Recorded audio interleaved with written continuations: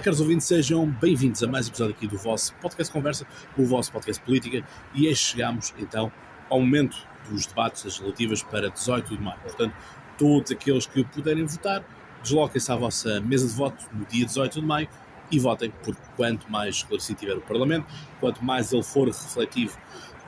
daquilo que é a vontade popular, melhor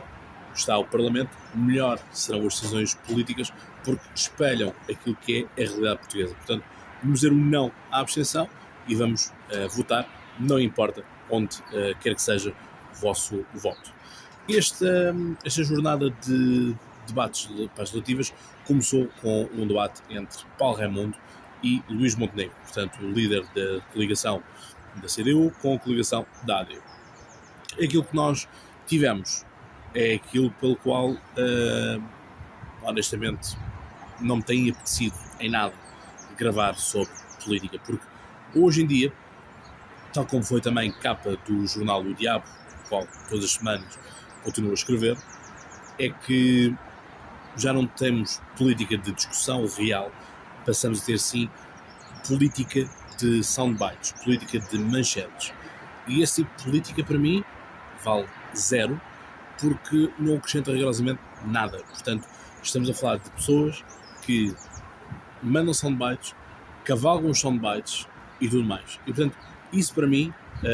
haverão pessoas que gostarão imenso disso e certamente terão os seus conteúdos a bombar quanto a isso. Essa não é de maneira nenhuma o meu objetivo, nem tão pouco a minha forma de estar.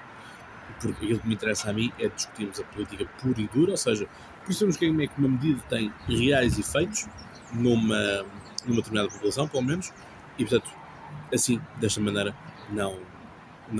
é aquilo que eu gosto de ver. E por isso tivemos 8 minutos de um total de 30 minutos que estão dedicados aos debates. Tivemos 8 minutos a falar de Spinum Viva. Tivemos 8 minutos a falar daquilo que é a forma de estar ou não forma de estar com esta empresa de Luís Montenegro, que já não é de Luís Montenegro, passou para a mulher, já passou para o filho e, portanto, por aí vai. Isto, para mim, é reflexo de justamente aquilo que eu estava a dizer. Portanto, quando nós olhamos para o caso das eleições da Madeira, em que os madeirenses,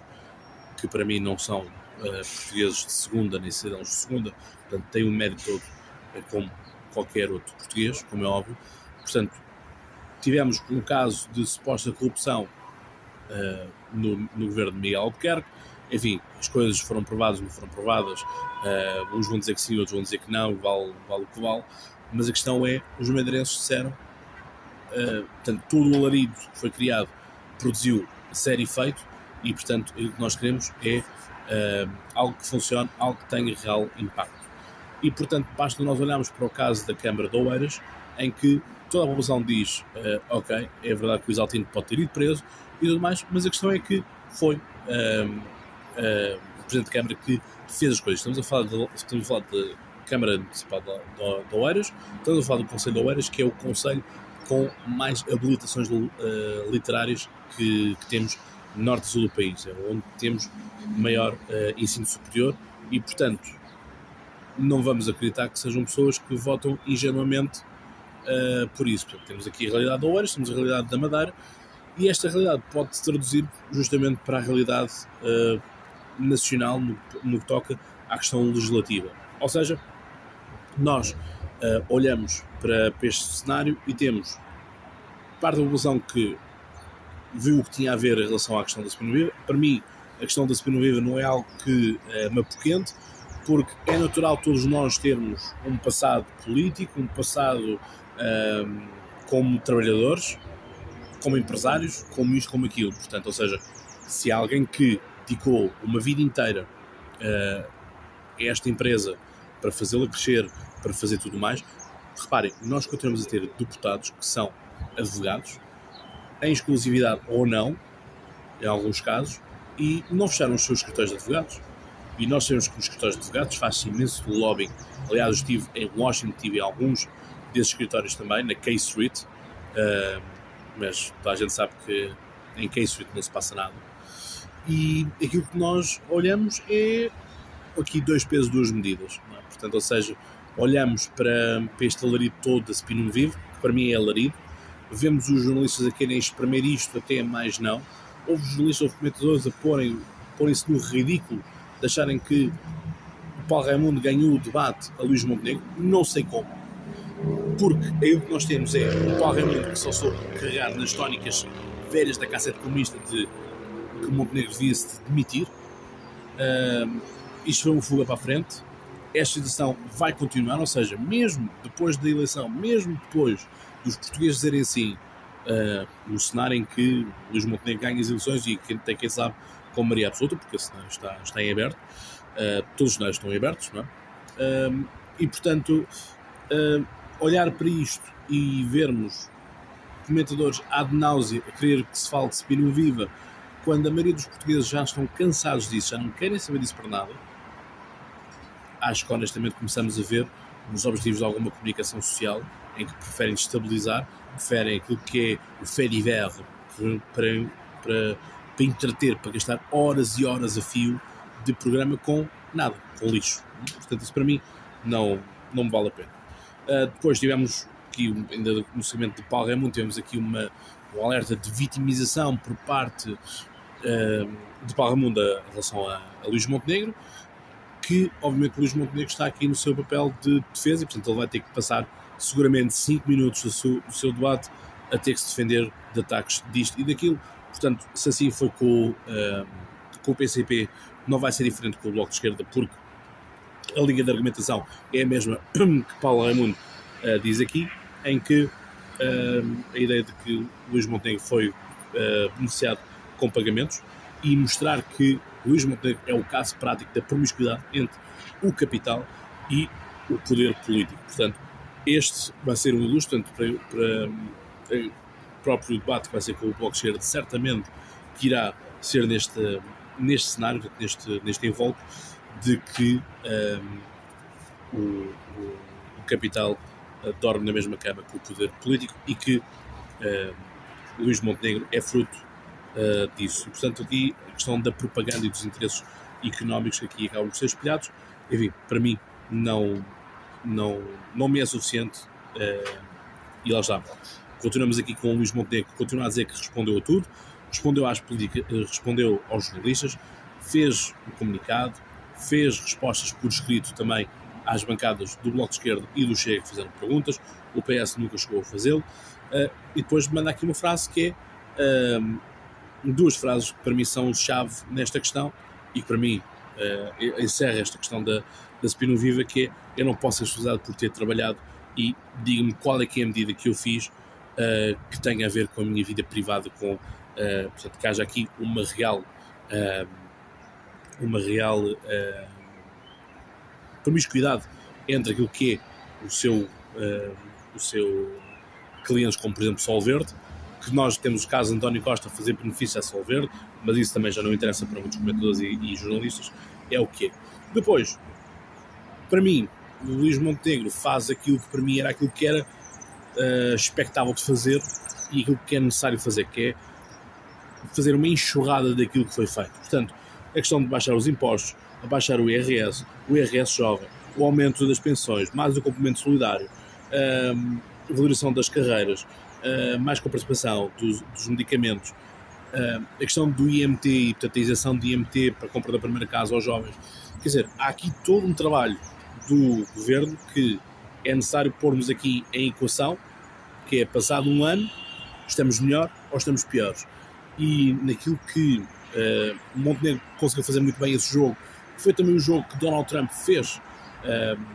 para ganhar as eleições, que é: comigo estavam melhor ou estavam pior. Portanto, Montenegro, subtilmente, não de uma forma tão vincada, passa essa mensagem. Ou seja, no espaço de um ano, fizemos isto. O jornalista e Paulo Raimundo fizeram bem em relembrar que também o próprio Luís Montenegro tinha prometido que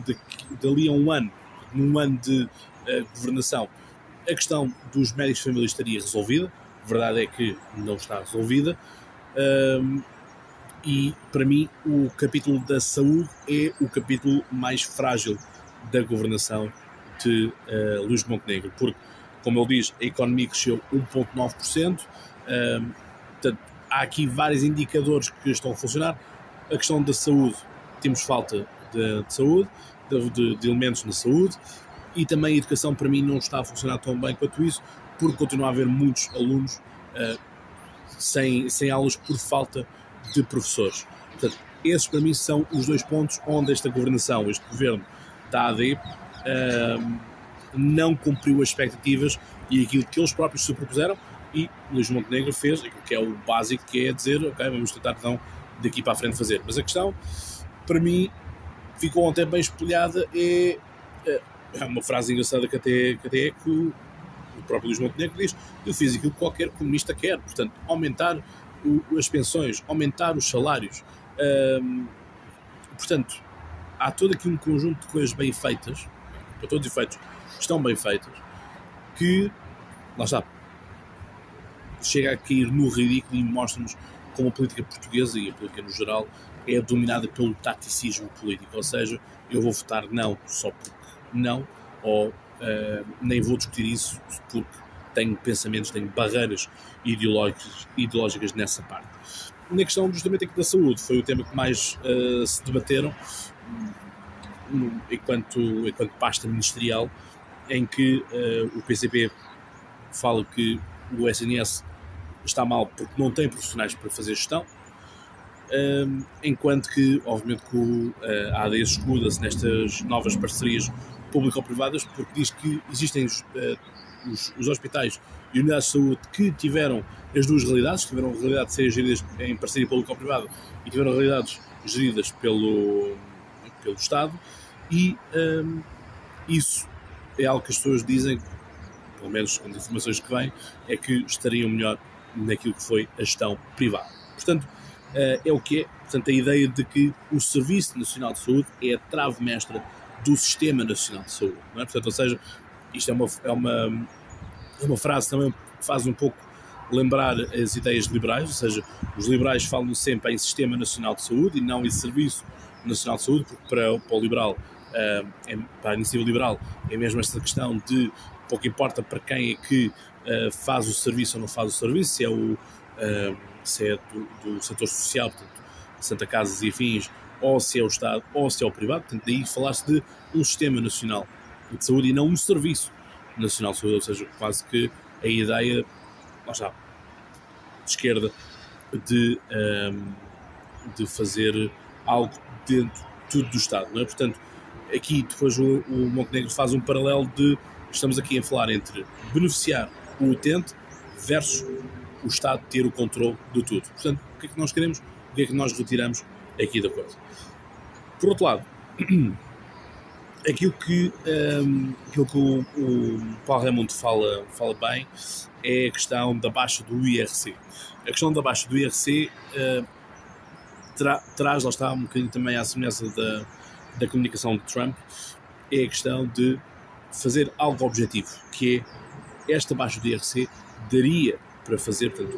o dinheiro que se vai buscar conseguiria-se ir financiar as creches. E, portanto, nós sabemos o quanto difícil está neste momento a situação das creches, sabemos o quanto difícil é arranjarmos uma creche e também o valor que uma creche custa a pagar. Portanto, há aqui todas as questões que têm que ser reavaliadas e, portanto, nesta parte houve uma boa participação, e acho que isto aqui é um ponto bónus, é um ponto positivo para o debate do lado de Paulo Raimundo.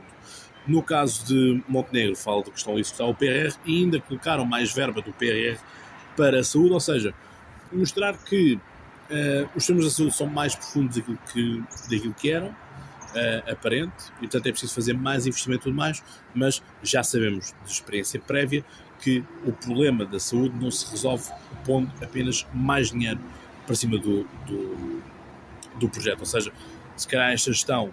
privada, se calhar terão uma outra abordagem melhor, mais de melhor qualidade de gestão, vamos dizer assim. Agora, resta-nos saber se essa qualidade de gestão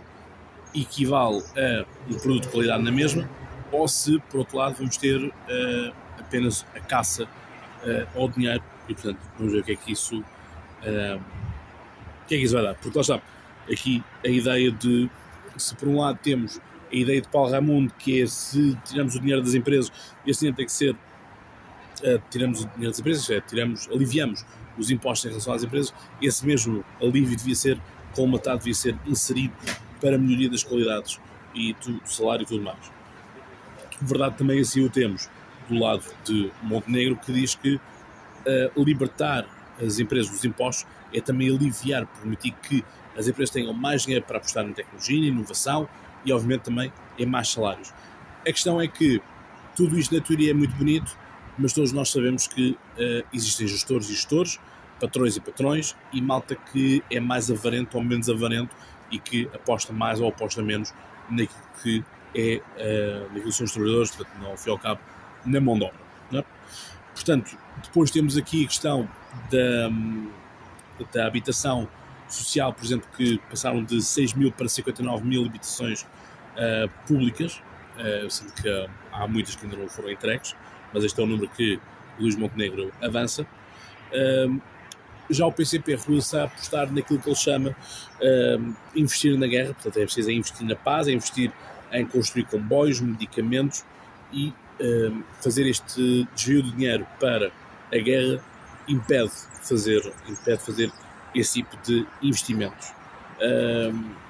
E portanto aquilo que nós temos é eles trocam armas portanto eles não trocam armas, ou seja, a questão do investimento na guerra não trocam por melhor salário, melhor saúde e melhor segurança social. Portanto, ou seja, o dinheiro que é alinhavado para aquilo que é o orçamento da segurança nacional, como o Montenegro chama, porque recusa-se a chamar economia da guerra, mas sim economia da segurança nacional, portanto, a ideia de haver este investimento também alinha com aquilo que são os desejos da União Europeia. E, portanto, daí que ele diz que não é uma questão de troca de políticas, mas elas são cumulativas, ou seja, é possível lutar pela liberdade, pela democracia e pela Ucrânia. Portanto, nós sabemos que a Ucrânia é um tema sensível para o PCP e, portanto, Paulo Raimundo vem também com a questão da Palestina, portanto, diz que isso não é coerente, essa preocupação com a paz na Ucrânia não é coerente com a paz na Palestina, e remata ainda com a questão também de que no último ano a banca teve 5 mil milhões de euros de lucro, e portanto não foi pedido um esforço à banca para ajudar. E honestamente a minha perspectiva aqui em relação à banca é muito simples, que é que eles tenham muito lucro, que é para não terem que vir pedir de novo resgate. Portanto, esta é a minha política e o meu posicionamento em relação à banca, portanto, para mim, que tenham todo o lucro, que é para daqui a uns anos não virem pedir subsídios, pedir ajuda ao Estado, portanto, é deixá-los gerir aquilo que têm para gerir, portanto, as pessoas vão para os bancos, uns por necessidade, outros por vontade própria, portanto, sem terem grande necessidade de lá ir, portanto tem a ver com estratégias pessoais, mas é isso, portanto, ou seja, todos nós precisamos de um crédito à habitação, que nós está buscando um bocadinho naquilo que é o debate seguinte de André Ventura, que diz que não ele próprio e a Inês Real não tem capacidade de comprar uma casa a pronto, quanto mais duas, portanto, fazendo aqui, remetendo a questão para Luís Montenegro, mas está. Temos este debate que para mim não consigo entender como é que houve comentadores jornalistas que deram vitória para Paulo Raimundo, que Paulo Raimundo teve muito melhor daquilo que foi o Paulo Raimundo em estreia, sem dúvida alguma, também não é muito difícil, mas ainda assim acho que Paulo Raimundo fez pontos interessantes, tocou em pontos que são essenciais e realmente merecem uma reflexão. Não quer dizer com isto que simpatizo ou que aceda a todas as ideias, mas vocês sabem que eu gosto sempre de encontrar um meio termo e, portanto, daí ser muito difícil colocar-me no espectro político, porque há ideias que eu gosto de todos os quadrantes e de todos os espectros, e acho que todos eles têm algo a dizer, porque temos que olhar para todos os agentes da política não como causas ou consequências, mas sim como sintomas. Portanto, se eles existem, se há necessidade de sindicatos, se as pessoas estão sindicalizadas, se existem manifestações, temos que tentar perceber qual é que é o sintoma que isso significa, ou seja, porque é que as pessoas estão nos sindicatos, porque é que as pessoas fazem manifestações, não é? Portanto, é tentar perceber daí e depois daí para a frente aí conseguimos tirar outras ilações e compreender melhor a política. Foi um debate que foi um bocado descompensado no nível de tempos, portanto tivemos o PCP com 13 minutos e 49 segundos e Luís Montenegro com 15 minutos e 4 segundos, portanto, sendo que era Luís Montenegro que fechava o debate. Portanto, voltamos àquilo que é o de sempre. Os jornalistas não são capazes de fazer debates, os jornalistas não são capazes de fazer uma real moderação, mas é o que temos e, portanto, assim é. Esta fica a análise, este é o meu comentário em relação a este debate. Já sabem, não se esqueçam de deixar o vosso like, as 5 estrelas no Spotify e Apple Podcasts, mas também subscrever, e vemos no próximo episódio.